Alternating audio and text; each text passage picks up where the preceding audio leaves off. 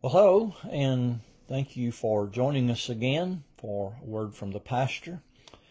We've been discussing the idea of using arguments in our prayers before God's throne of grace for the last several weeks, and I know that this idea of arguing with God seems somewhat counterintuitive, but the reality is God has given us a number of lines of argument that we can use with Him in prayer.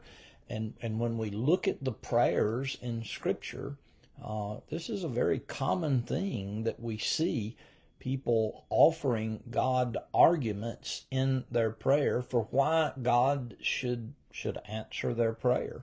And so we want to continue in that vein. We've been working from Job's statement in the 23rd chapter of Job, verses 3 and 4, where Job said that he would fill his mouth with arguments in prayer to God.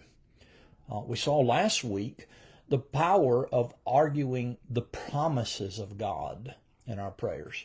This week I want to demonstrate that we can also argue the great name of God in our prayer wrestling.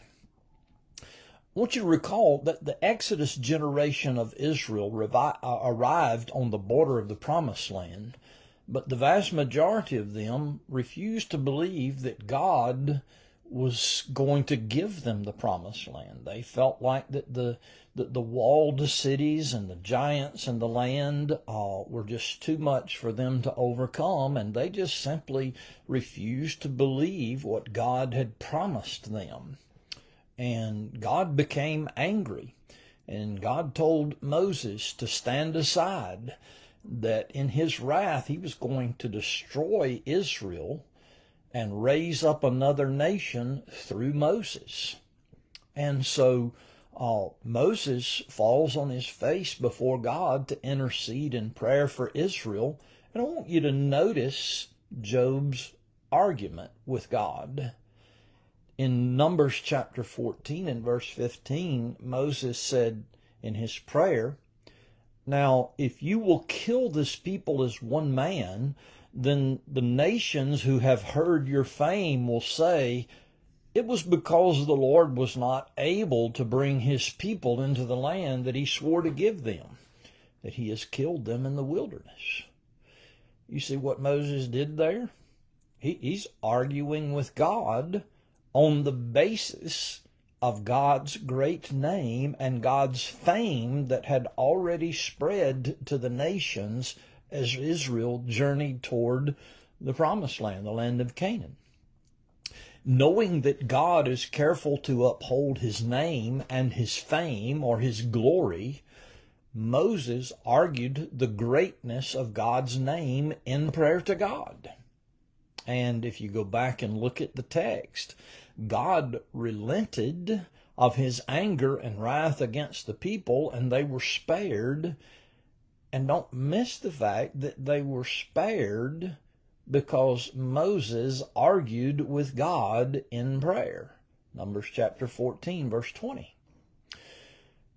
A man by the name of George Mueller built a number of orphan houses in London during the 19th century.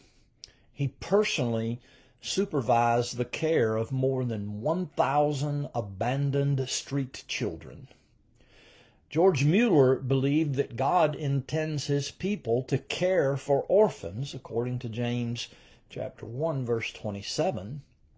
So what Mueller did, he never asked a single individual or church or business for 1 penny to build these orphan houses, and he never asked them for 1 penny to feed and clothe these orphans.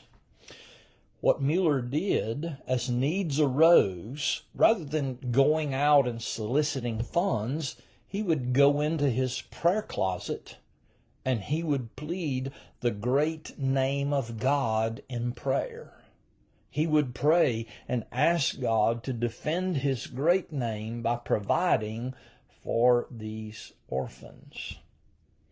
Over the span of more than 40 years, Mueller did this, and without exception, the necessary provision for the care of the orphans was delivered directly to George Mueller without him ever going out and soliciting that support.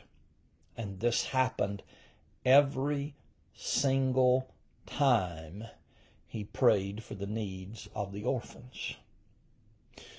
In light of this reality, how can this influence our prayers when we go before God?